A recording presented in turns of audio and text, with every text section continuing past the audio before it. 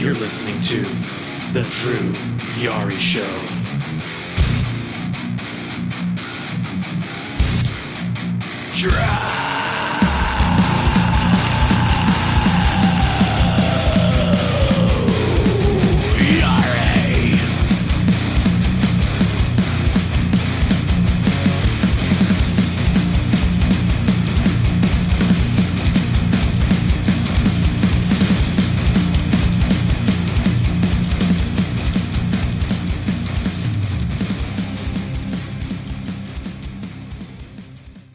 Hey, what's going on, guys? Welcome back to the show. The first show of the year.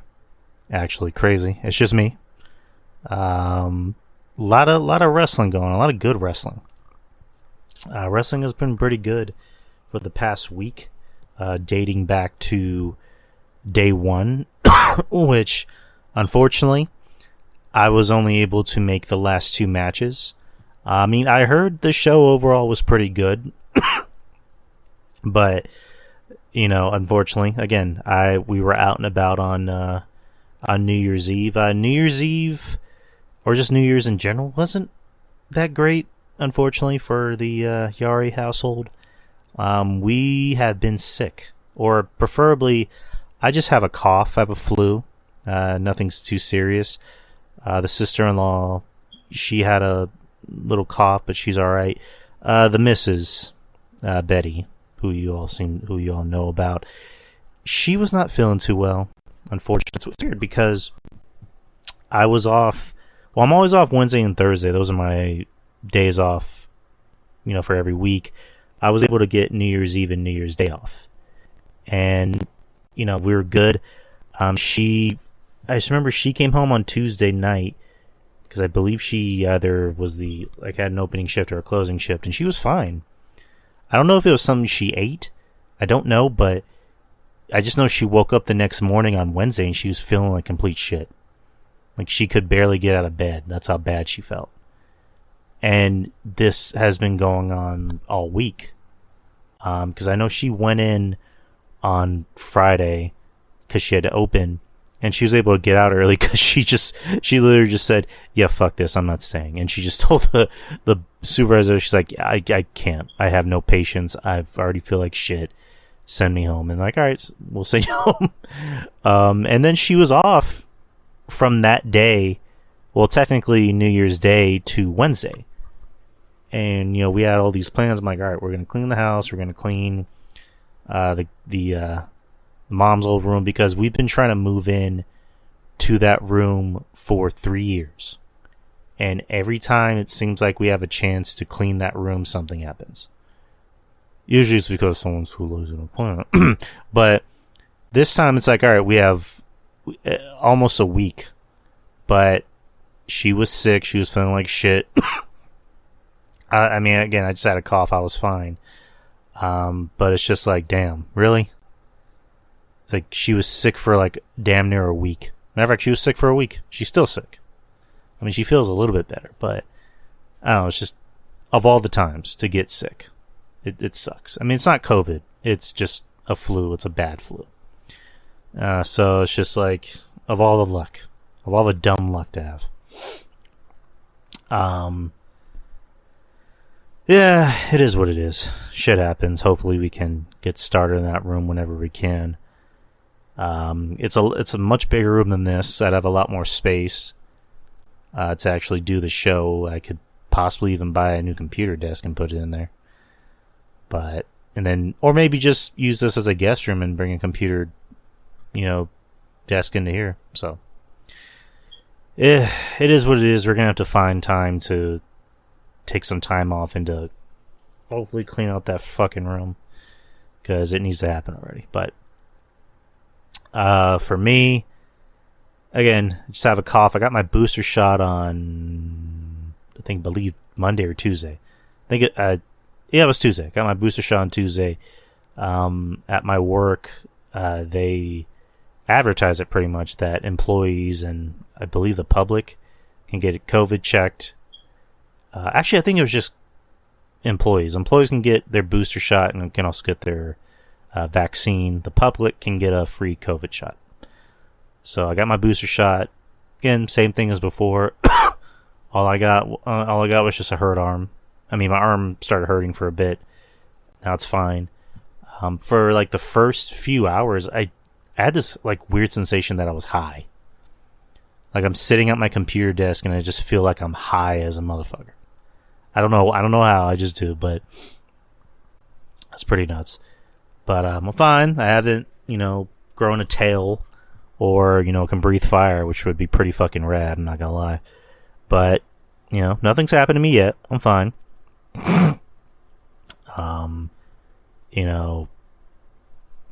Yeah, I'm just saying, anybody who hasn't yet, try to get your vaccine, try to get your booster.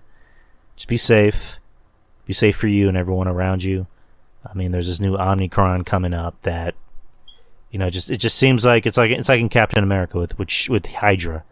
Cut off one head and another shall take its place.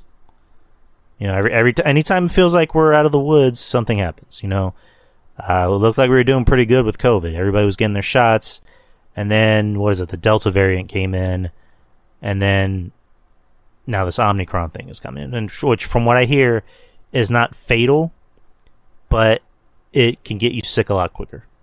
So I mean, no one wants to have a virus of any kind. So I don't get too political on here. I don't really talk about real life shit, even though I probably should. But just people need to stay safe. Watch where you're going. I know I don't want to put his business on blast, but he talked about it on the show for a little bit. Jeff Lippman was kind of, he said I forget how he worded it. He said he kind of had it, but then he started to realize he did have it. So I haven't heard from him or ever heard about him talking about it, but to my knowledge, I think he's okay.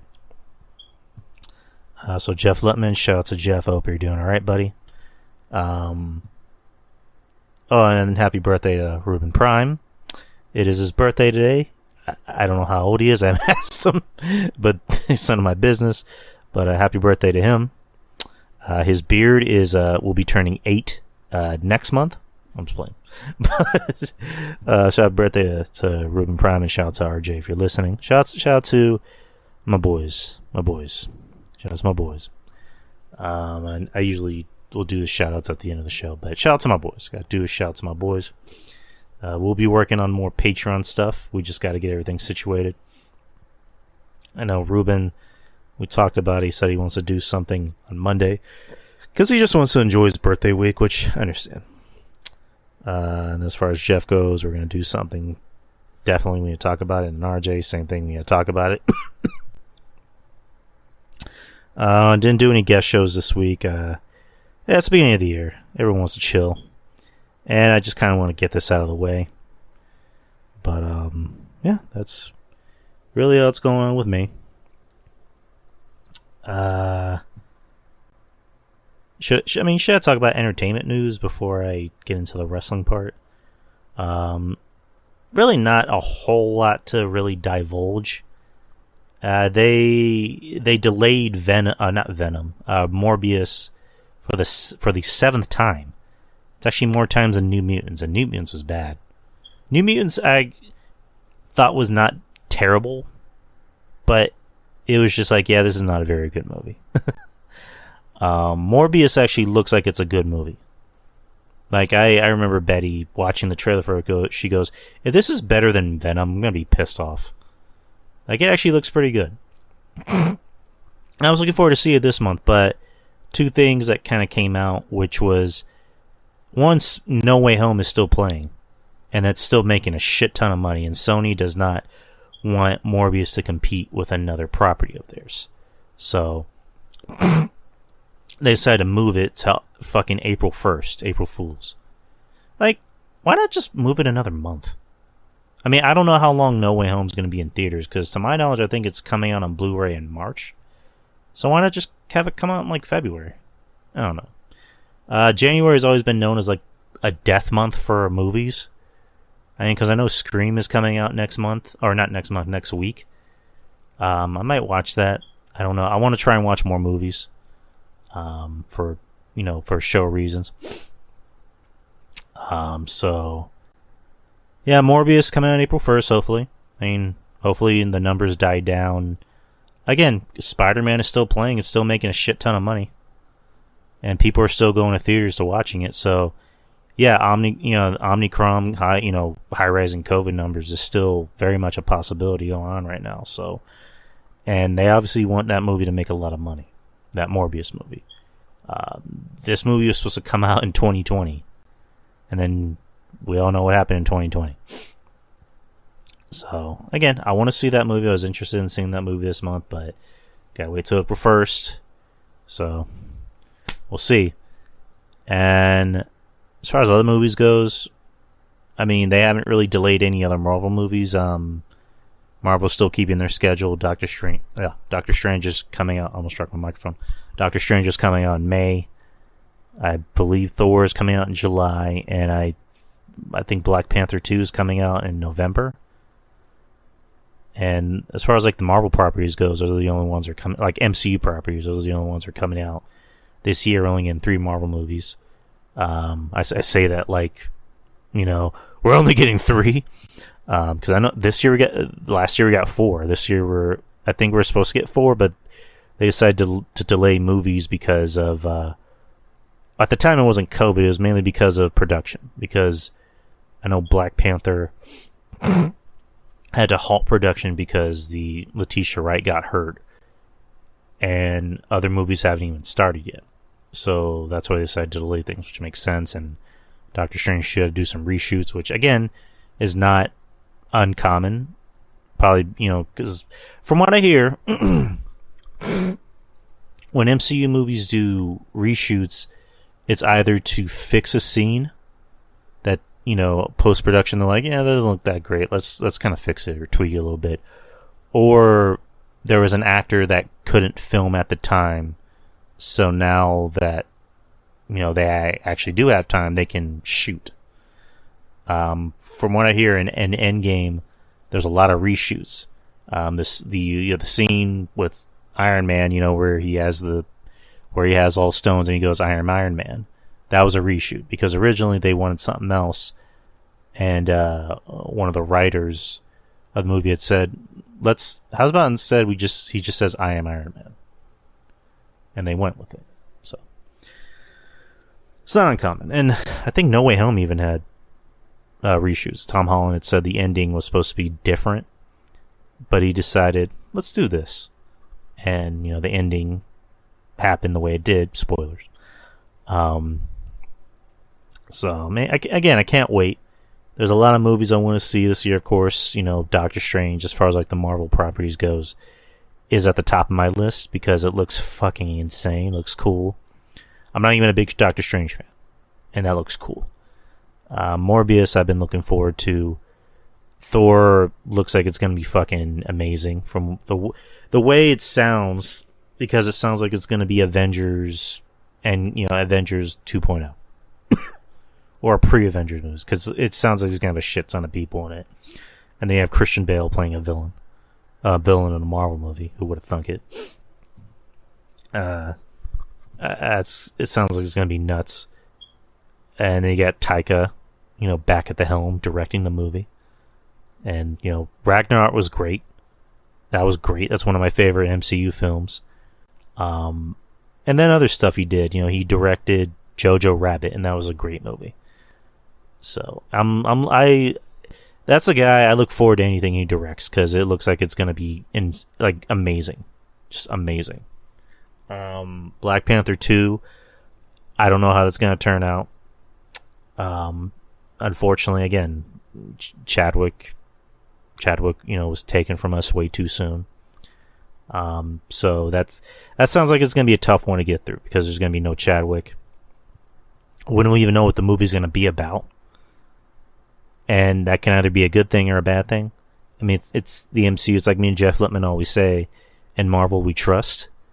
So I don't think Kevin Feige is going to make a bad movie. And then you got the original director, back at the helm. You got most of the stars, Chadwick, unfortunately, back at the helm. Again, there's a lot of rumors with how that film's going to turn out. Is Michael B. Jordan going to come back? Because I've always pitched the idea Killmonger didn't die. I mean, people have been saying, with the season finale of Hawkeye with Kingpin, did Kingpin really die? I'm like, no, he didn't die. There's no way you can bring a character like that in the fold and have him just die off in like some bullshit way. Like if they didn't show him die, then he's not really dead. With Killmonger, they showed him just taking the knife out of his chest, but they didn't show him getting buried or burned or whatever. So I'm pretty sure T'Challa said, fuck it, I'm going to save you whether you like it or not. So I'm pretty sure he has him in like the same cryogenic, freezing ice cube thing that he had with Bucky. So they had a plan all along. Even if Chadwick didn't die, I'm pretty sure they were going to find a way to bring him back. So, again, it's Michael B. Jordan. Michael B. Jordan is like one of the most loved actors in Hollywood right now. So, bring him back as Black Panther. Case closed. Or just recast T'Challa. I mean, me and Jeff Lippman agreed on that.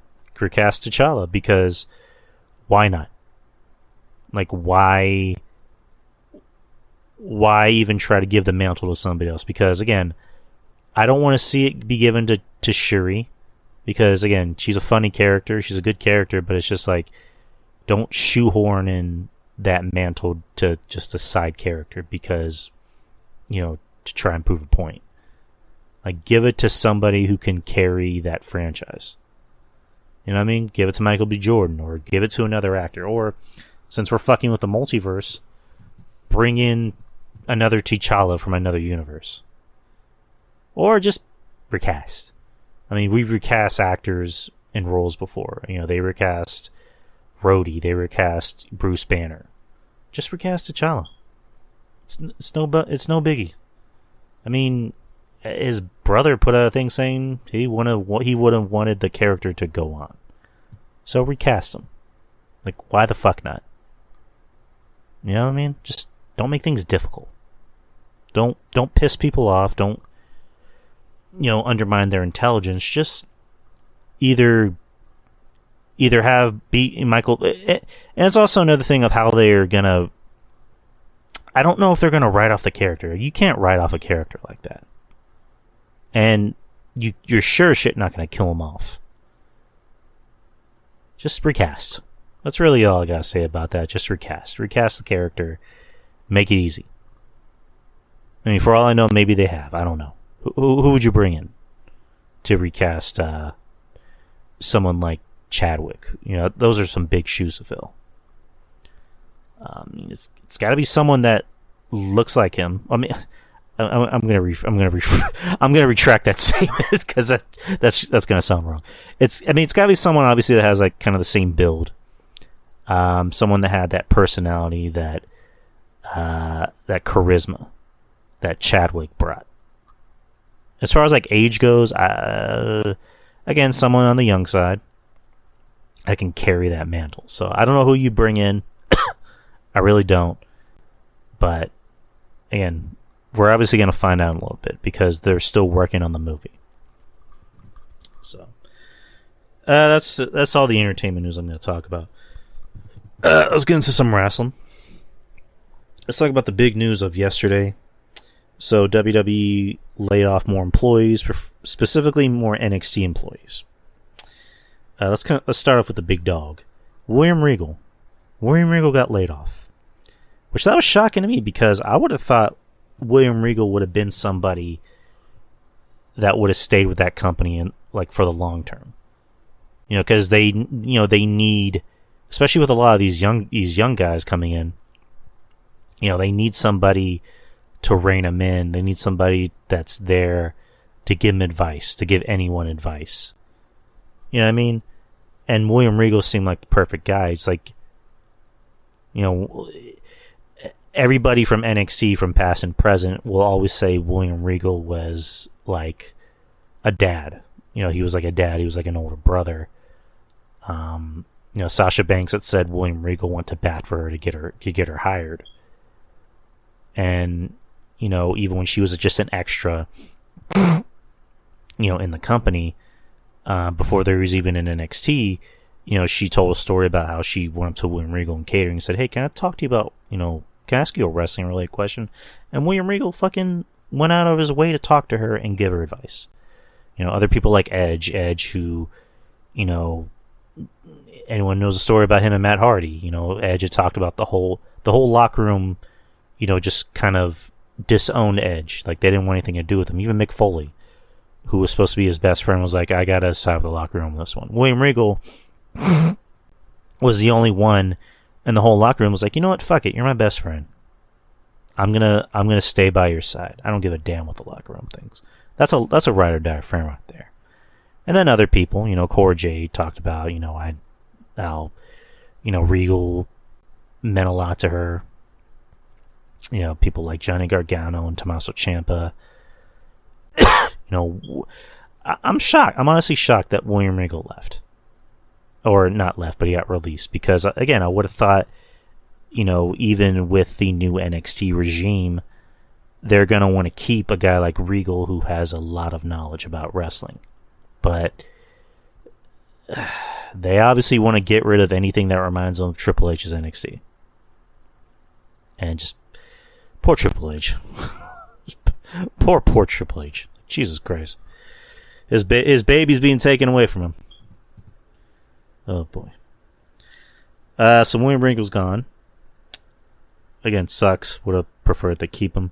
Timothy Thatcher, a guy who's been off TV for a long time, actually.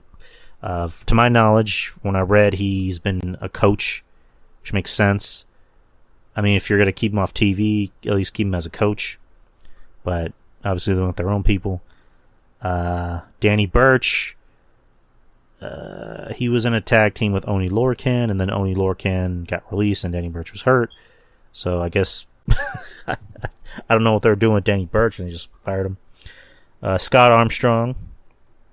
I know he used to be a referee, and then I guess they kept him off as a referee and just made him like an agent.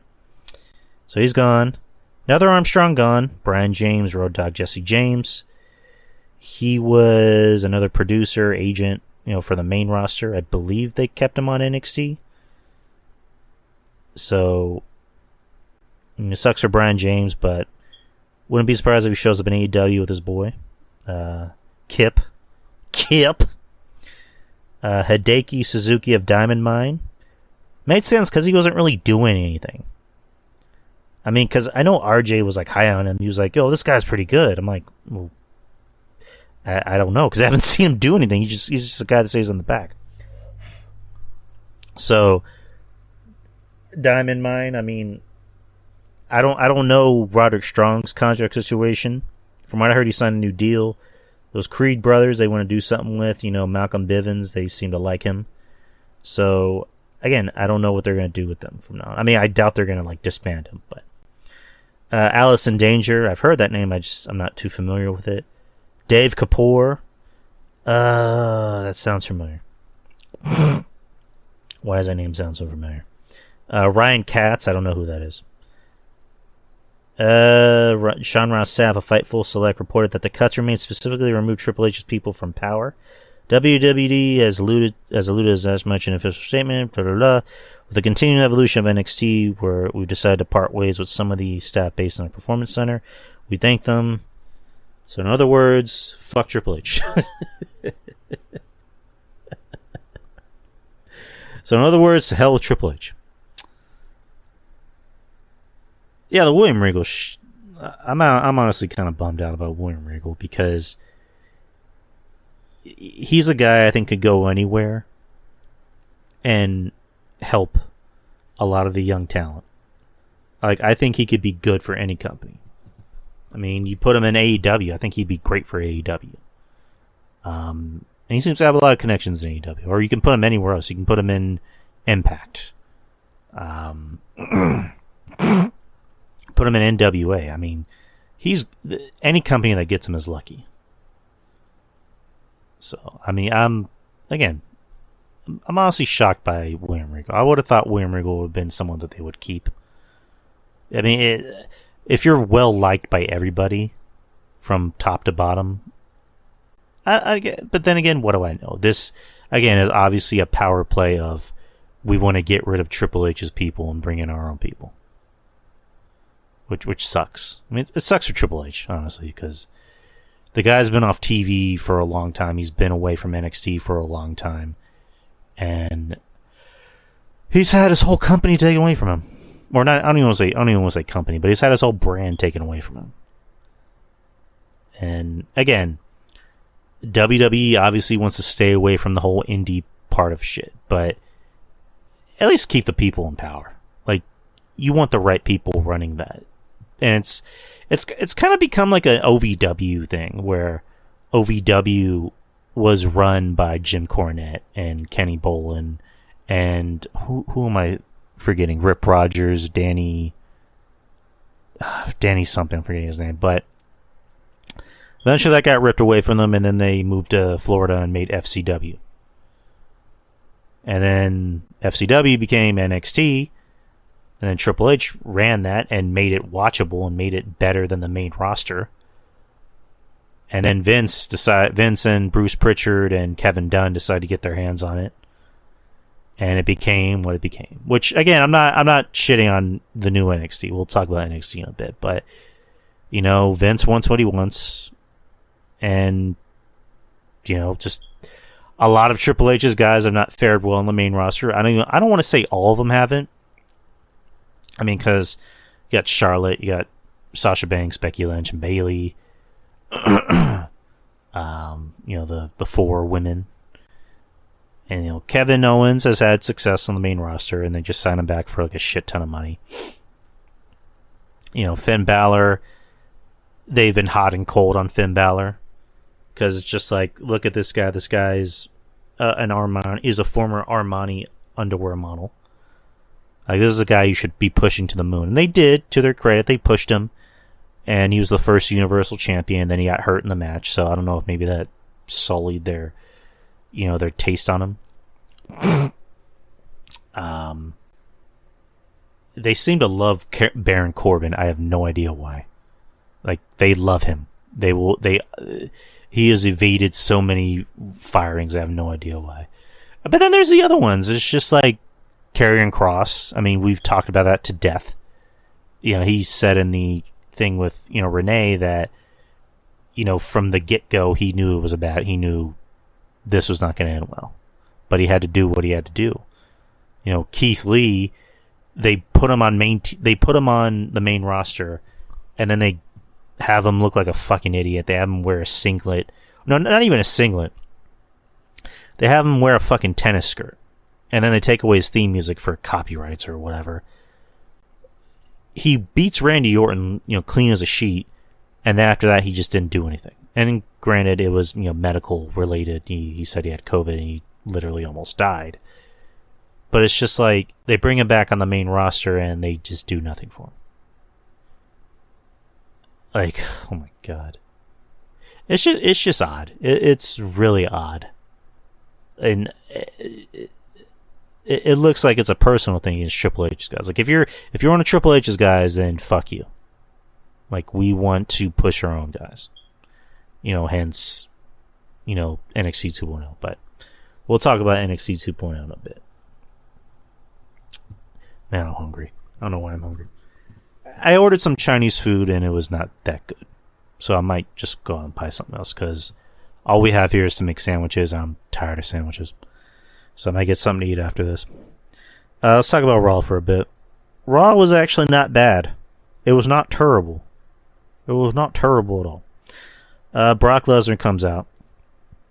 Actually, to open the show, it was Paul Heyman. The lights go out, and Paul Heyman's in the ring. And he comes out and, of course, says his shit. Brings out Brock Lesnar. Brock Lesnar ends up getting one of the steel steps to kind of stand on his own podium. And I like this Brock. I like Happy Brock. Like, Happy Brock is almost as terrifying as not Happy Brock. He looks like he's having fun. And when he's having fun, it makes for a better show. So he's going out and running his shit. And then he says, I want to give a special shout out to Roman Reigns. Hope you're resting up. And then he says, acknowledge me. Paul Heyman gets on the mic, and of course Paul Heyman is just, flawless. He's flawless on the mic.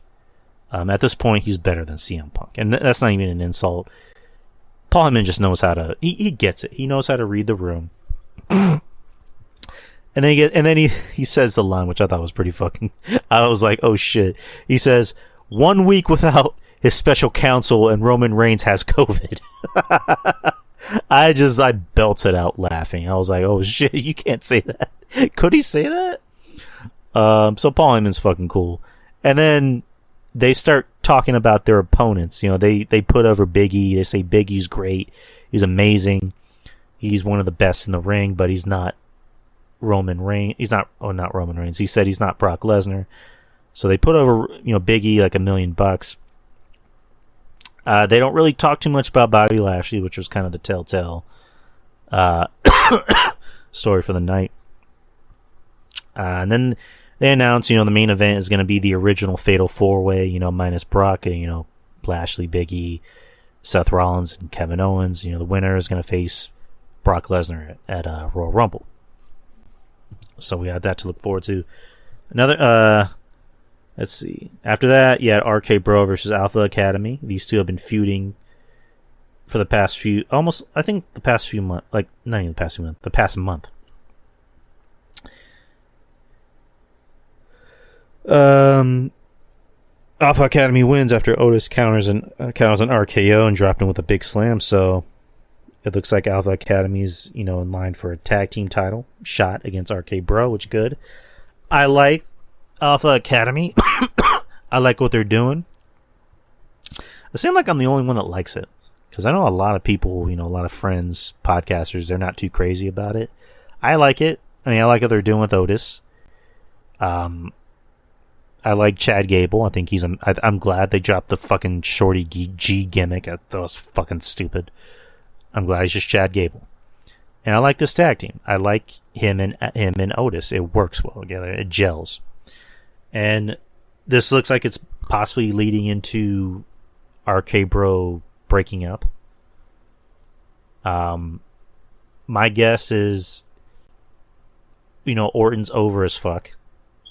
Whether he's a heel or a face, he's over. He looks like he's enjoying this. Like, the joke about Orton from a lot of podcasts is that Orton looks like he doesn't care. Like, he's just there. He looks like he's having a lot of fun in this tag team with Orton. Or not Orton, but, Riddle. And, again, like I mentioned earlier, when they look like they're having fun, then us as the audience member, we're having fun and we're enjoying it. So, I think Riddle can turn heel. I don't know how he would be as a heel, because Riddle is too much like Rob Van Dam in a sense where he has that surfer dude. That, yo, dude, yeah, dude. I like ice cream, bro. Look at my hand, bro. Like, him as a heel wouldn't work. I mean, he could be annoying. But him as a heel, I don't know. I don't know how that would work. I mean, he could be pissed off at Randy, where it'd be like, Rock and Sock, where, Mankind thought that The Rock threw his book in the trash, and that's why he turned on him. But it could be a thing of, Matt or Riddle was just like, to Randy, dude, I've gone on my way to be your friend. I've tried to be nice to you, but you just treat me like I'm a fucking idiot. And that's how you kind of create this feud. Or maybe somebody goes in there to throw a monkey wrench in it. I don't know, but this is a WrestleMania feud. But it's good to see Alpha Academy getting some play. I like them. Next you had 24/7 match. I don't care. Queen Zelina and Carmella versus Rhea Ripley and Nikki Ash. They retain their titles. I don't care. I'm tired of Nikki Ash. I want to see it over. I want to see Rhea as a star. I want to see her just destroy the fuck out of, or just beat the fuck out of Nikki Ash and be a heel. Rhea Ripley is a heel. Like, her music is heelish. Like, it sounds like this is my brutality, and she's coming out and smiling. Like, you shouldn't be smiling after this is my brutality. You need to be mean mugging. So I want to see her turn heel and just beat the shit out of Nikki Ash. And then Nikki Ash can go bye-byes in the car on the next bus swap. I'm sorry, but she sucks. I'm sure she's a sweetheart. I'm sure she, helps little old ladies across the street and takes care of, stray kittens and stray puppies, but she sucks. Get her off TV, please. And I get it. It's supposed to be for kids, but fuck them kids. Next, we have the Street Profits versus Apollo Crews and Commander Aziz. Street Profits win. And Damian Priest versus Dolph Ziggler in a U.S. title match. The stipulation would be if Damian Priest tried to get himself disqualified or counted out, or if he got disqualified or counted out, then Dolph would win the title. Again, another good match. I mean, we can say all we want about Dolph. Dolph can work. And then, Priest is still over. I don't know how I feel about the whole Dr. Jekyll and Mr. Hyde bit that he's doing, where, all of a sudden he's cool, and the next minute he's mad. He's just mad. Just think it's kind of stupid. His new theme is I'm kind of getting used to, but I prefer the older theme. That's just me. The Archer of Infamy. Let's see. You had Omos and Styles. Almost winning. I'm kind of fine with it because, we haven't really had a good big guy in a while. And I like Omos. There's certain things that he does that I get. I'm not even going to say that, but there's certain things he does. I'm like, this guy gets it.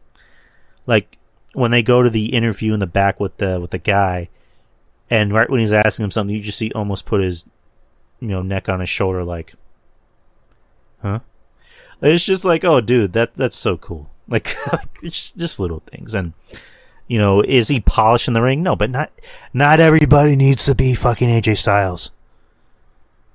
I'm sorry. It's like the thing with Braun Strowman, where, the report came out that he would get easily winded because he couldn't work past 20 minutes. Braun Strowman does not need to work fucking 20 minutes. He just needs to go out there and work under 10 minutes and just be a monster. And that's what did him in. Almost just needs to be the monster. He needs to go out there and work matches under 10 minutes. That's all you need. And he gets it. I mean, is he perfect? No. But he's not Great Khali. I mean, is he Big Show? No, but not everyone needs to be Big Show. He needs to be Omos. Like, he needs to be a guy that goes out there and go, oh, that's an Omos match. So I like what they're doing. I'm a little bummed out that they're not keeping AJ and Omos, but they have other plans for AJ because AJ is an asset to the company, and it was just announced that he's signed back with the company. So he's going to stay in WWE for the long haul. So he's not going to AEW. Sorry, folks. So AJ's on to other things in NXT, and we'll talk about that in a bit. Omos, they look like they have plans for him, so which is good. Next, we have the main event. Main event: Bobby Lashley versus Big E versus Seth Rollins versus Kevin Owens. Number one contenders match. I am interested in this. Or I don't want to say I'm interested. It was a good match. Who took the big splash? Someone took a big splash. And I think it was Kevin Owens. Kevin Owens took a big splash, which was pretty fucking gnarly. And Bobby Lashley got the win. He got the win on, who is it?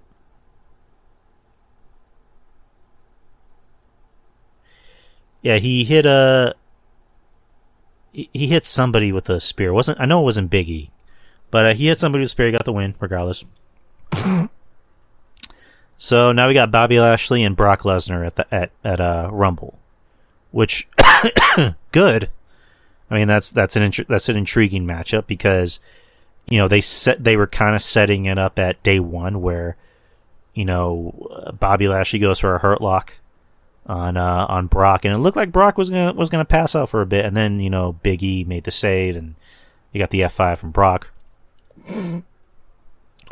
So now we got Bobby Lashley and Brock, which I gotta say I would have preferred that at Mania.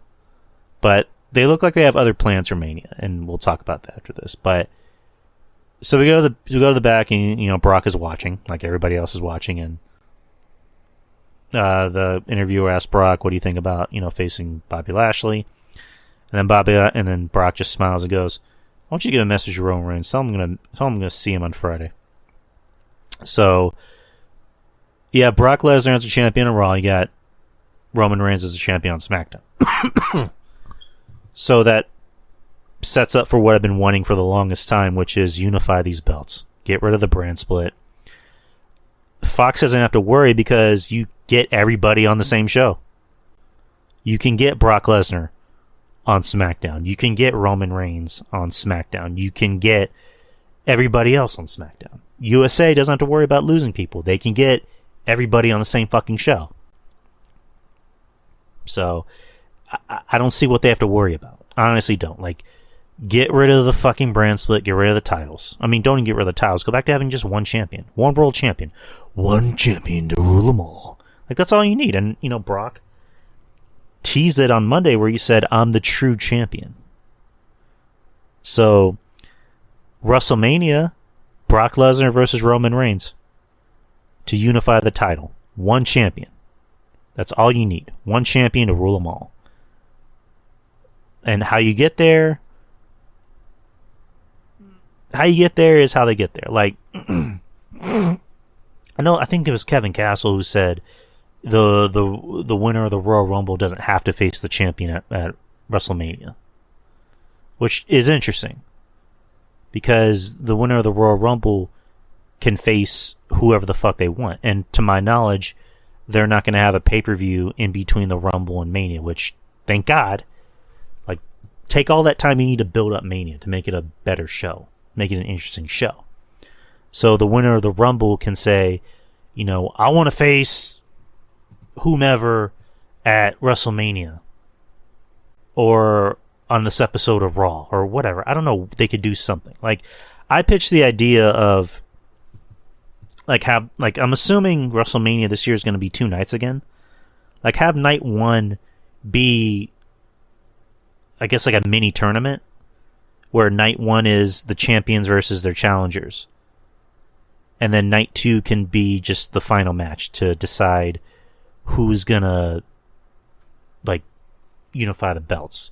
It's kind of like at Vengeance in 2002. Was it 2002? Vengeance in 2001 when it was after the Survivor Series with the Alliance versus Team WWF. And who won? 3, 2, 1. Team WWF. I know, shocking. And then you had 2 champions. You had the WCW title belt, which went on to be the world title belt. And then you had the WWF title belt. And then Ric Flair came in as the co-owner of the company because Stephanie and Shane sold their stocks to, I forget what the word they used, but it ended up going to Ric Flair. And Ric Flair was the co-owner of the company, quote unquote. And they said at Vengeance, we're going to have, 2 big matches, and then we're going to have, the WCW championship, and then we're going to have the WWF championship in the finals. The winner, the sole winner of both belts is the undisputed champion. Like, that's what you can do. Like, have the Royal Rumble winner face the champion of his choosing, and then have somebody else face the other champion. And then, the final match on night 2 is to find out who will be the undisputed WWE champion of the world. Go back to having 1 belt. Because back then they were able to get away with it because there was so much fucking talent on the show. So you needed to have a brand split. Now you don't really need a brand split because there's not enough talent to hold both shows. Because Roman ain't losing that belt. There's only one opponent that's going to beat Roman, and that's his first name is Lou, his last name is Kimia. And I hate to say it like that, but it's kind of true. And Brock doesn't, at this point, Brock doesn't need to be champion. Brock's over as fuck, but the ratings, were a little bit different. Let me just get out of here and pull up the ratings. So, on Fightful.com, they actually have all the ratings dating back from 2 years ago. So, Raw, just pull it up real quick. Raw from January 3rd drew a 1.716 million, which is up from last week and their highest rated show since October 4th. October 4th, and that's actually Big E, his first night as champion. So, Brock is a ratings draw. At the end of the day, Brock is an attraction, and he draws money, and he draws ratings. I mean, it's the truth. So, and yeah, that's pretty much it. That's how it goes. And again, the way it looks, we're leading to a title unification match with Brock and Roman. Based off of an accident. I don't even want to say it's a happy accident because I don't want Roman to get COVID. But how we get there, hopefully it's the way I'm thinking, or hopefully it's better. And then it was just announced Roman was cleared, so he'll be at SmackDown tomorrow night. So SmackDown should be a must-watch show tomorrow night. Let's get to NXT New Year's Evil. It was on Tuesday. And the first match was another unification match. Championship unification. Carmelo Hayes, the North American champion, versus Roderick Strong, the Cruiserweight champion. Basically, the winner of this match is walking out as the North American champion. Like, they'll walk out with the Cruiserweight champion, but they'll walk out as the North American champion. The Cruiserweight championship is no more. The 205 Live show, I don't know what they're going to do with that. Hopefully they cancel it because no one cares. But as, what I could predicted from these two, this was a great match. Carmelo Hayes, I've done a 180 on. I think he's legit. I mean, he's undersized, yes, but the guy can work. He's believable as an undersized guy. He has the charisma and the talent to back it up. At this point, I prefer him over Adam Cole, which is blasphemy for me to say, but it is what it is. Carmelo Hayes is talented. Roderick Strong, again, I give him a lot of shit for being, as interesting as, day-old oatmeal, but the guy can work. The guy goes out there and works. So this was a great match. It was kind of weird because it's like, who's supposed to be the heel and who's the face? But Hayes won. He's unified both belts, and again, the Cruiserweight title was no more. The last guy to have 2 belts in NXT was Keith Lee. Interesting fact. Next, you had Grayson Waller meet up with AJ Styles. AJ Styles came out. This is first night on NXT. Actually, his second on NXT, but came out and cut a pretty good promo. Talked about how when I debuted in this company, I debuted at the Rumble, but there was always a part of me that wanted to try out NXT. And, put over NXT as being, a great brand, blah, blah, blah. Grayson Waller comes out and talks a little bit of shit.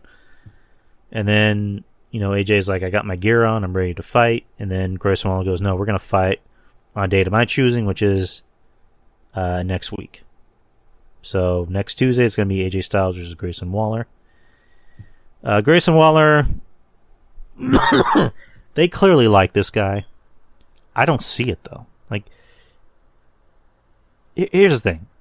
When he's not in his gear, he has a good look. When he's in his gear, he has a weird look. Because I can't tell what he's trying to go for. I can't tell if he's trying to go for cosplay MMA fighter. Because he comes to the ring. He has really weird music, by the way. I don't get his music. I can't tell if it's like hip-hop or trap or whatever. But comes to the ring, dressed like a MMA boxer, kickboxer, or whatever. And it's just like, I don't know. Like he has the wrong gimmick. Like I just don't get it. But obviously AJ is going to work with him and he's going to make him look like $1 million. So if anyone can make you look like $1 million, it's AJ. So we'll see. And hopefully this leads to AJ being in NXT a lot longer. I mean, because it looks like the whole thing with Omos is kind of done. So him being on NXT creates some interesting matchups, and then they tease something with him and Ciampa. So hopefully that leads to something. Next is Imperium versus MSK and Riddle. Again, fun match. It was what it should have been. It was what you thought it'd be. It was nice seeing Walter. It's always good seeing Walter. The matchup with him and Riddle, I thought, could have been better. But it's just like, how do you match up, Riddle with Walter? It's Walter. Come on. Good back and forth matchup. MSK is over. They're obviously over. Riddle was over as fuck. I liked the intro where the DJ up there was mixing both of their themes. I thought that was pretty cool. I want to see more Walter after this. MSK and Riddle won, which deservingly, because they're the faces. Walter apparently is going to be finishing up in NXT UK, so what that means for him on the main roster or just regular NXT, I don't know. I don't see him being... I don't see what kind of matchups you can use for him on NXT. I mean, probably Steiner. But other than that, it's like, what else do you do?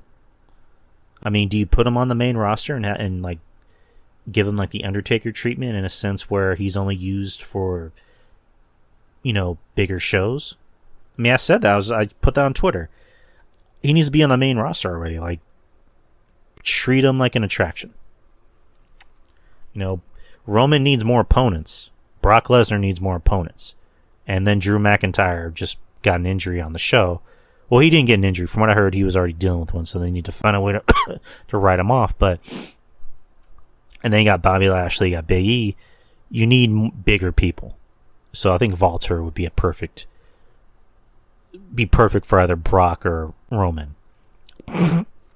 How they use him, I don't know. It's $1 million question. But Riddle and MSK won. I thought this match was really good. I'm not a big fan of multi-man matches, but I thought this was better than anything I've seen on AEW. AEW does like their plethora of multi-man matches, and this was probably better than most of them, in my opinion. Let's see. Yeah, the NXT Women's Championship, Mandy Rose defending against Raquel Gonzalez and Cora Jade. This was probably my least favorite match of the night.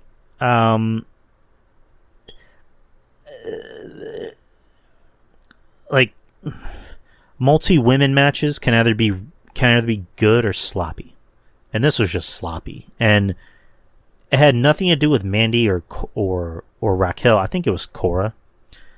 Like, Cora, I don't think should have been in this match. And I get what they were trying to go for because, before War Games, they were already, I guess, doing something with her with Mandy where they had her win in like these roll-ups. And then they had her do the roll-up in, the women's... Sorry, hold on. In the women's, War Games match. And I didn't like that either.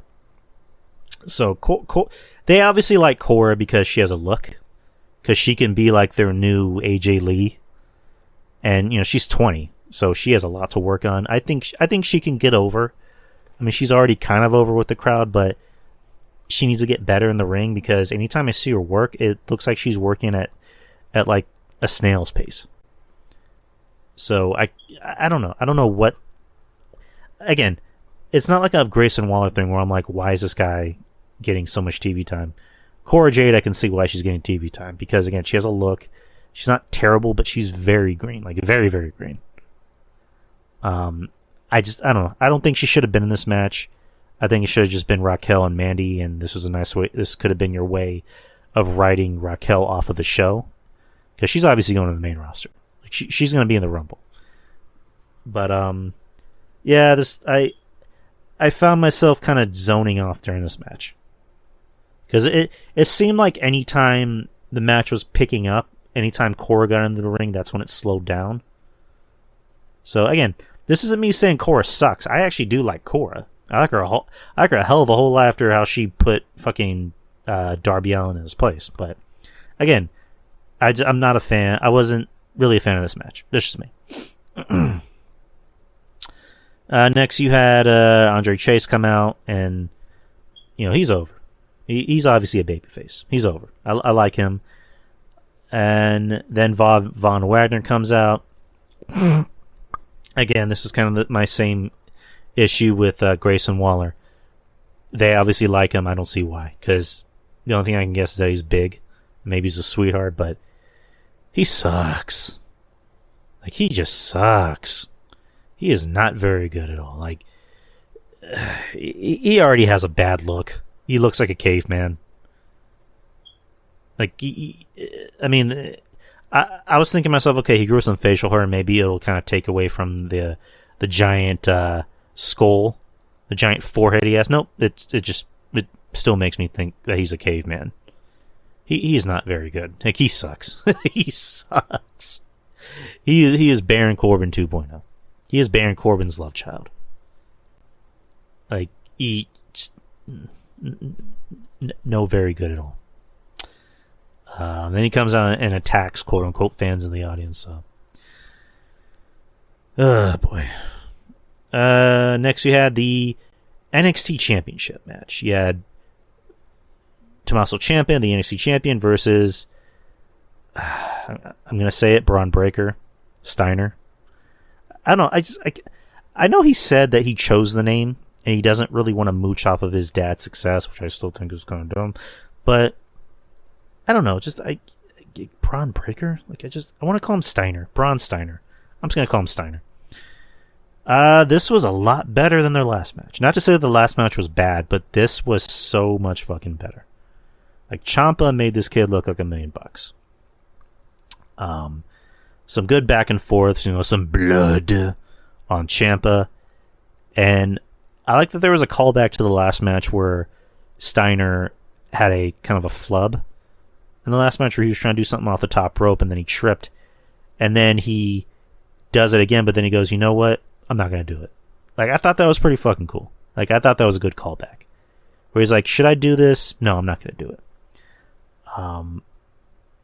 Not too much shindy shit, because Steiner is obviously not a shindy guy. He's not an indie guy.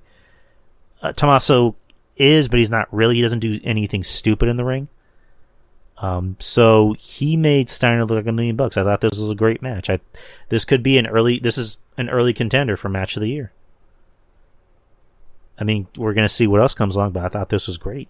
I thought Steiner looked amazing. I like that they took away the tie-dye overalls and just decided to give him something simple and black, which I thought was cool. The entrance that he made where he has the chains on and then he rips them off, then he just goes through the old, the NXT black and gold X. Kind of like their way of saying this is the new NXT, the old guard is gone, which, again, I'm fine with it.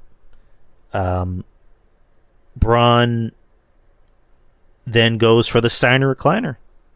He wins with his I don't know if his dad did it. I know he did like a off the top rope bulldog that I remember Rick Steiner doing. And then he goes for the Steiner recliner, which I guess that's his official finishing move, because I know he did the Goldberg thing where he had a gorilla press slam and then he body slammed him or something, and that was his finishing move for the longest time. But he decided, I'm gonna pull out all the stops. I'm gonna use my uncle's finishing move, and I thought that was pretty cool. And then Ciampa taps out. So I'm gonna say it: Braun Breaker is the new NXT champion, which is good, well deserved, because this show needs to move on. It needs younger faces and needs younger talent that they know are going to be here for the next 5 to 10 years. I don't know how old Steiner is, but he's on the young side, and I liked, that they showed what was going after the show, where Rick Steiner was in the audience, and he's, whenever Ciampa tapped out, you see him just going, yeah, that's my boy. And he gets in the ring and celebrates with Braun, hugs him, which I thought was pretty cool. that was good. Rick is obviously, he's obviously on the good side of WWE. Scott, is still on the outs, preferably with Triple H. I know he apparently did an interview, which I'm trying to look for, where he talked about Braun, because Kevin Castle had said that apparently Braun and his uncle weren't really talking, but then Scott did an interview on YouTube that I'm trying to look for, where he said, I'm proud of my nephew, I love him, blah, blah, which that's good, because regardless of how your feelings are with Triple H or your former employer, if your nephew wants to work there, like don't disown him. That'd be stupid, even for Scott. Which I'm glad to hear that Scott doesn't have a problem with his nephew working, for a company that he has hard feelings for. So hopefully this can be like the bridge. Hopefully Braun can be the bridge for Scott to kind of mend fences with Triple H, because I know Triple H says he doesn't really have a problem, which he has to say that, but Rick Steiner had said before, I would love to be in the Hall of Fame, but my brother hates Triple H. He hates the WWE. And the Steiners in any Hall of Fame works. I know they're in another Hall of Fame, like the Cauliflower Club or whatever. The WWE Hall of Fame. Like, that'd be huge. So eventually, old wounds heal, and maybe Scott Steiner can be in the Hall of Fame. That'd be cool. So that was NXT New Year's Evil. Not a bad show. I mean, if we're talking about best match of the night and the main event, Steiner versus Ciampa. Ciampa made him look like $1 million fucking bucks. That, again, that's an early contender for match of the year. I also like the multi-man tag match with MSK and Imperium. I thought that was great. Least favorite match of the night, I gotta say the women's match wasn't that great. And unfortunately, I hate to be the bad guy, I think it was all on Cora. Cora seemed like she was slowing the pace down in anything she was in. But she's only 20. She has a lot of time to get better. And everyone's gotten better. Britt Baker, when she started out, was bad. I mean, we called her Shit Baker, and now she's gotten much better in the ring. Liv Morgan, when she started out, she was just average. Now she's a lot better in the ring. So Cora Jade has her whole career ahead of her. She can get better. And again, I want her to get better. I want a lot of wrestlers to get better. I want everybody to improve. I keep wanting to call her Mandy Moore. Mandy Rose. Mandy Rose has improved. She's gotten a lot better in the ring. She's gotten better on the mic. Is she Charlotte? No, but nobody's Charlotte. Charlotte is Charlotte. Mandy Rose is Mandy Rose. She knows what she can do and what she can't do. And that's good. But she has improved so much in the past 5 years. And she is one of the best parts of the show. So that's NXT. Let's get to AEW. AEW premiered on TBS last night. And where the fuck are my AEW Dynamite's results? Oh, this is a boo. Hold on.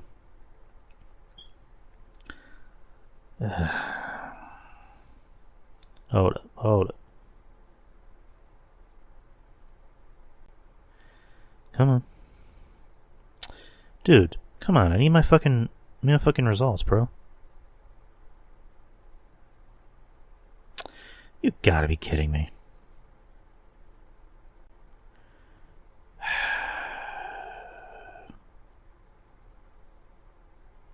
Okay.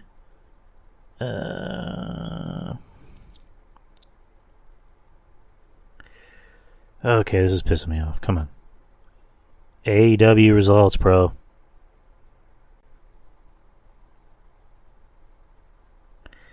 Okay. Well, the ratings did come out for AEW, but we'll get to that in a bit. Alright, let's go. AEW premiering on TBS. January 5th. This was last night. The first match of the night, kind of like last time, the AEW Championship match is on first. It should not be on first, but old man yelling at cloud. You had Hangman Page, a champion, versus Bryan Danielson. There,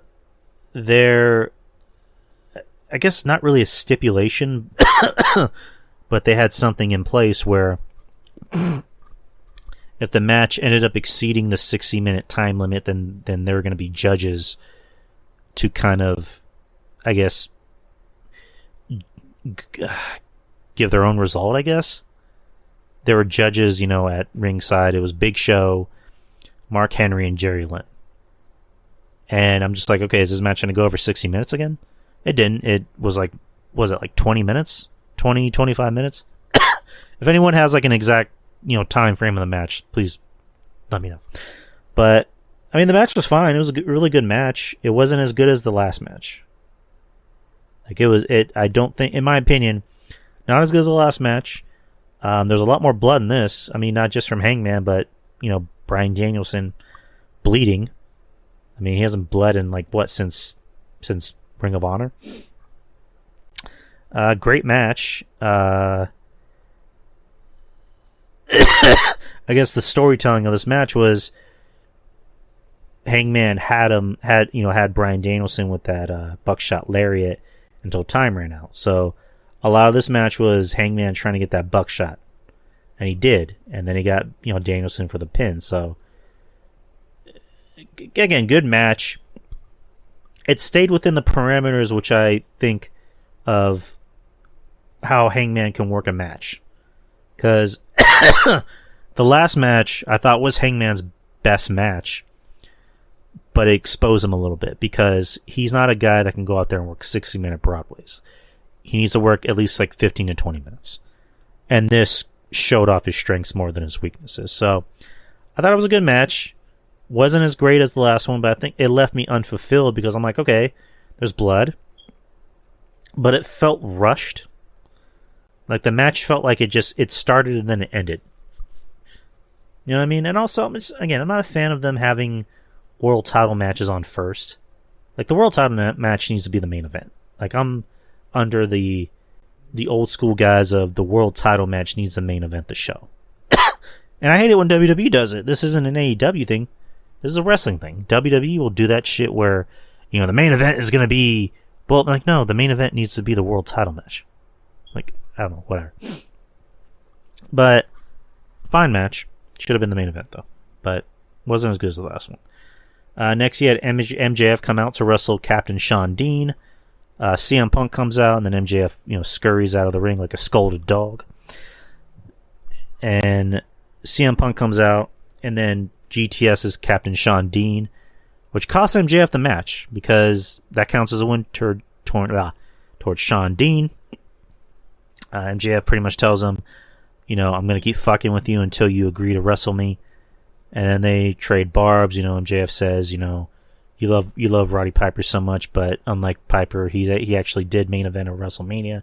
You never main event at WrestleMania. If I keep getting treated poorly here, I might just main event at WrestleMania too. And then CM Punk, tells him, if you want to go to WWE, that's fine. If you want to main event night 4, what do you say? A buy one get one extravaganza, and then you'll get released faster than you last in the sack. Which this whole thing about who can last longer in bed is just weird. I really don't know. But so then MJF says, if you want to wrestle me, then it's gonna be CM Punk versus Wardlow. So I mean, they should do something where CM Punk is wrestling Wardlow, and then MJF comes out and punches Wardlow in the face, and that costs CM Punk the match. So CM Punk will get his first loss of the year. That only makes sense, but then again, it's AEW we're talking about. Let's see, Chris Jericho comes out, which is fucking stupid. His first appearance on TBS since 1999, where he wrestled on Thunder, losing to Booker T. It was a bad segment, just bad comedy. I'm not even trying to sound like Jim Cornette here. It was stupid. First of all, Jericho comes out and he clearly has fucking hair plugs. He dyed his hair and he clearly has hair plugs. It was just it was right fucking there. That was the first thing I noticed. I'm like, did this motherfucker get hair plugs? It was just there's hair where it should not be. It just looked bad. And then he's just making bad comedy skits. I'm like, does he honestly think any of this is funny? And I think the crowd was trying to be polite and give polite golf claps to his jokes. I'm like, yeah, even the AEW fans think this is stupid. With 2.0, and then Daniel Garcia comes out, and then Eddie Kingston comes out, and blah, blah. Adam Cole's backstage with Kyle O'Reilly and Bobby Fish, and then talks about Jake Atlas and challenges him to a match on Rampage, and apparently Jake Atlas got hurt, so whatever. Let's see. And yeah, the whole Adam Cole thing. AEW's kind of ruining for me. I mean, I think the stink of him and Orange Cassidy, him having to wrestle Orange Cassidy and make that look legit, and then last week's match where fucking Young Bucks came out and had to help them beat fucking Orange Cassidy and the Best Friends. It was just bad. Like I'm at the point where I don't care about Adam Cole anymore. I don't care. I don't even care that the Undisputed Era is reunited. I don't care. That sucks because once upon a time I liked Adam Cole. Next you had Wardlow versus Antonio Zambrano. Wardlow destroys him, and then we got that. You have the TBS Championship Final. Jade Cargill versus Ruby Soho. Oh boy, this was bad. This was not good at all. Like, poor Ruby, that she had to go out there and sell for this clown. Like, this was just not good. Like, Jade Cargill, RJ, unfortunately, to his credit, predicted that they would give it to Jade. And it's just, she is not good. I mean, she obviously has a look. I mean, and they wanted to have the whole feel-good thing because her daughter was in the audience, and I'm like, okay, she's definitely winning. Oh, boy, Jade is not very good. Like, what is it? She does her move off the top rope, that jaded move, and I'm like, oh boy. Like, my only worry is Ruby okay? Like, is Ruby gonna be okay? Because I'm hoping this fucking idiot better not break Ruby Soho's neck. And lucky Ruby was fine, but the move did not look good. It was bad. It was BAD bad. And Jade has a lot to work on. Like, I know John Draper said the same thing, like, she has a lot to work on, she's not very good. And there's some idiot fan that tried to say, imagine saying this to Goldberg and the Ultimate Warrior and the Legion of Doom. And of course, John Draper's like, are you seriously lumping this bitch in the same category as Goldberg and the Ultimate Warrior? Guys that actually made money. It's like, come on. Like, and then Tony Khan to say that she's the most dominant wrestler since Goldberg. I'm like, has this motherfucker ever watched Brock Lesnar before? Like, Brock Lesnar showed up on the main roster, then after WrestleMania, and then 4 months later he's wrestling The Rock in the main event and winning the title. Yeah, Goldberg was dominant, but Brock Lesnar was... Come on. Brock Lesnar's Brock Lesnar. Come on. Yeah, Jade Cargill sucks. She sucks. She sucks outside of the ring, and she sucks in the ring. Like, she looks good, and I have my weirdo sicko thoughts of wanting her to do a cosplay of Storm from the X-Men, which she looks like she was kind of doing. And that kind of... I'm not gonna lie, that turned me on a little bit. But regardless of how hot she is, regardless of how hot she looks dressed up as Storm from the X-Men, she sucks in the ring. She's not very good in the ring. She botches a lot of shit. I was worried for Ruby, but I'm happy Ruby's okay. But, yeah. She's the first ever TBS champion. And it looks like she's eventually going to feud with Brandy when Brandy steps in the ring. I hate these things. Hate it. Next, he had Malachi Black versus Brian Pillman Jr.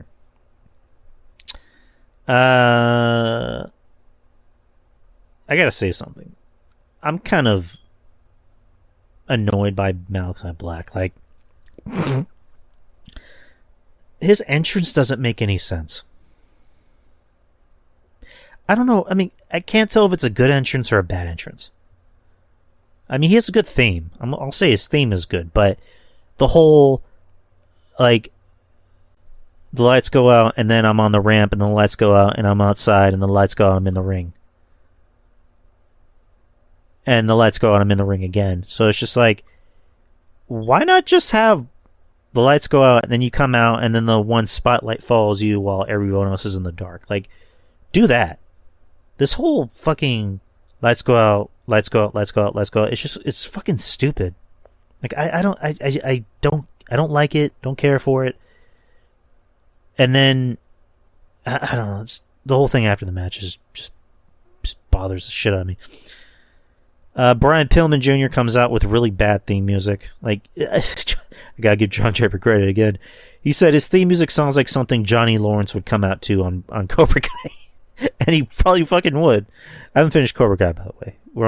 We got 4 more episodes left, so no spoilers. But I don't know. There's a season 5 and they're bringing somebody else back, but that's all I know. I try to give Brian Pillman a chance. He's not working. Like, I try to say, okay, get him away from Griff Garrison, get him away from Julia Hart, let him be his own man. The whole Dark Side of the Ring thing, it made him look like a huge baby face. I think it's just him. I don't even think it's a matter of the company doesn't have anything for him. I think it's him. Like, when he tries to give a promo, it sounds like he's trying to do too much.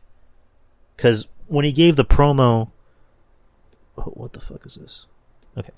When he tried to give a promo last week, I thought it was an okay promo, but something was missing. Like, because he tried to talk really low, and he talked really high, and then really low, really high, and then really low. I didn't like the promo. I really didn't. And I don't like him. I don't want to say I don't like him personally. I don't like him. Like, I'm at the point where I'm like, anytime I see him on TV, I'm like, yeah, I already know what I'm in for. And then Julia Hart comes out with a fucking eye patch. And if anyone listens to me and RJ talk about Julia Hart, then you know. I still think it's funny how she improperly took mist to the eye, and now she has to wear an eye patch. I would think you would keep her off TV and just make her blind in general, but why she's blind in one eye, I don't know. Malachi Black and Brian Pillman have their match. And, again, it was what you thought it'd be. It wasn't terrible, but it wasn't the shits either. Brian Pillman goes off the top rope, and I guess... I can't tell if this was part of the match or if Black called an audible, but Brian Pillman botches coming off the top rope. He botches his move, and Black goes for Black Mass. And then he pins Pillman, and then leaves... And then Julia Hart comes in the ring to check on Pillman, and then Black comes in to, I guess, kind of scare Hart. Not LAX, but Lucha Bros come out to defend their honor, and then the lights go out again, and then Black's outside of the ring. I'm like, what the fuck was the point of that? So I don't know. And that sets up the main event, which I thought was going to be the women's match, but it was actually the tag match, which, again, the world title should have just been the main event, but whatever. Yeah, Lucha Bros defending the tag titles against Jurassic Express, I'm sorry. Jungle Boy and Luchasaurus with Christian, minus Marco Stunt, which is a good thing. I thought it was an alright match. It was kind of the way you thought it'd be. A lot of shindy shit. You know, there's a point where both guys were hoping the other guys do an off the top rope move. I'm like, okay, this is getting a little bit too much, but whatever. It's these two teams. I gotta get used to it. Let's see. Jungle Boy manages to counter the Made in Japan with a roll up as he secures a victory. So Jurassic Express become tag champions off a roll up. There's a spot in the match where Phoenix dislocated his arm, going through a table from Luchasaurus. So, again, I can't tell if that was an audible, if they decided to call an audible during the match, or maybe that was the plan all along. But Jurassic Express are the new tag champions.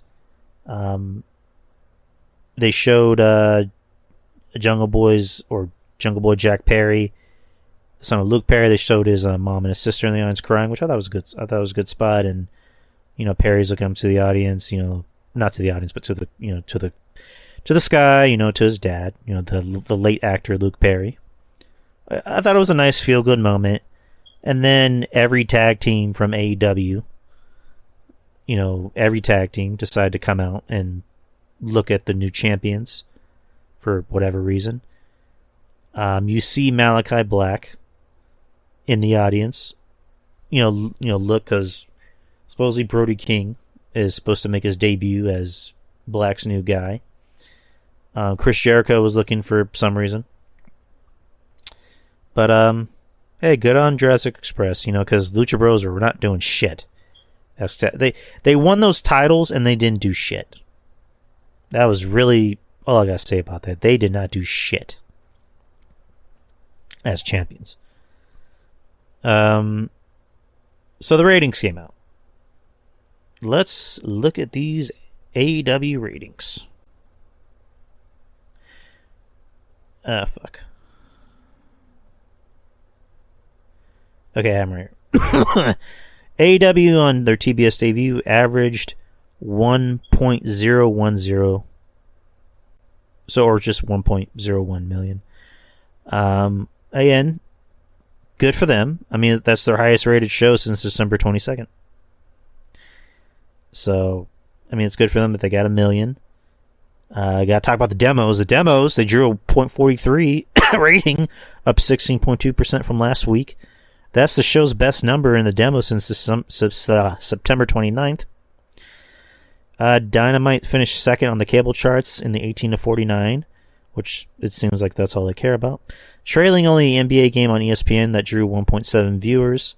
The show was up in every age group with the exception of people over 50 because old people were gross. In that category, Dynamite was down 2.8% from the previous week. The biggest increase by far was in the 18 to 34 age group, where the week-to-week jump was 49%. Let's see. The show also increased more with women than men in the 18 to 49 age group. Women were up 20%, and men were up by 10%. Let's see. As compared to last week's demo, when Dynamite aired head-to-head with... Okay, never mind. This was last year. That's not important. But yeah. That's, AEW got 1 million. So, good for them. Good for AEW getting 1 million. Can they keep it? I don't know. I mean, I'm showing my age here. Is TBS still considered basic cable? Like, is there still such a thing as basic cable? I know Fox is basic cable. Is TBS still considered basic cable? Like, okay. For anyone that, has, like, local news or whatever. Because, like, local news is basic cable. So, this is how I'm deciphering it. So, NBC, ABC, CBS, and then Fox. Like, those are considered basic cable channels. And that's where you get your local news from. You know what I mean? Like in San Antonio, NBC is considered WOAI. CBS is KSAT 12. ABC, No, ABC is KSAT 12. CBS is KENS 5. Fox is just Fox News. Fox 29. So, again, this, again, good thing for AEW. They got their 1 million, so good for them. But there's some pretty good wrestling on this week. SmackDown on Fox tomorrow night should be a good show. You got Brock Lesnar on the show. He's going to come in as the new WWE champion. Roman will be the new Universal, or not new, but he's the Universal champion. So, and you got Paul Heyman there. So, I'm intrigued to see where this goes. I'm intrigued to see where the whole thing with Paul Heyman goes, because I was assuming that at day one it was going to be a swerve with Paul Heyman, that Paul Heyman was going to fuck over Brock, and then he's going to go back to Roman, or Roman was going to take it back, or maybe Roman knew about it the whole time. So I don't know. Maybe they can keep this going until Mania, where Paul fucks over Brock, and then he goes back to Roman, his tribal chief. So maybe we'll see. But I'm starving. I'm gonna get off of here. This is a nice little show, nice topics to talk about. But I will see you guys next week, same time, same show. Shout out to everybody that listens to the show, that supports me, and shout out to just having a good year. Let's have a good year. Let's hope this year is better than the last few years, and let's just be cool. How about that, guys? Let's just be cool to one another. But anyways, guys, take care. Have a good week. And peace.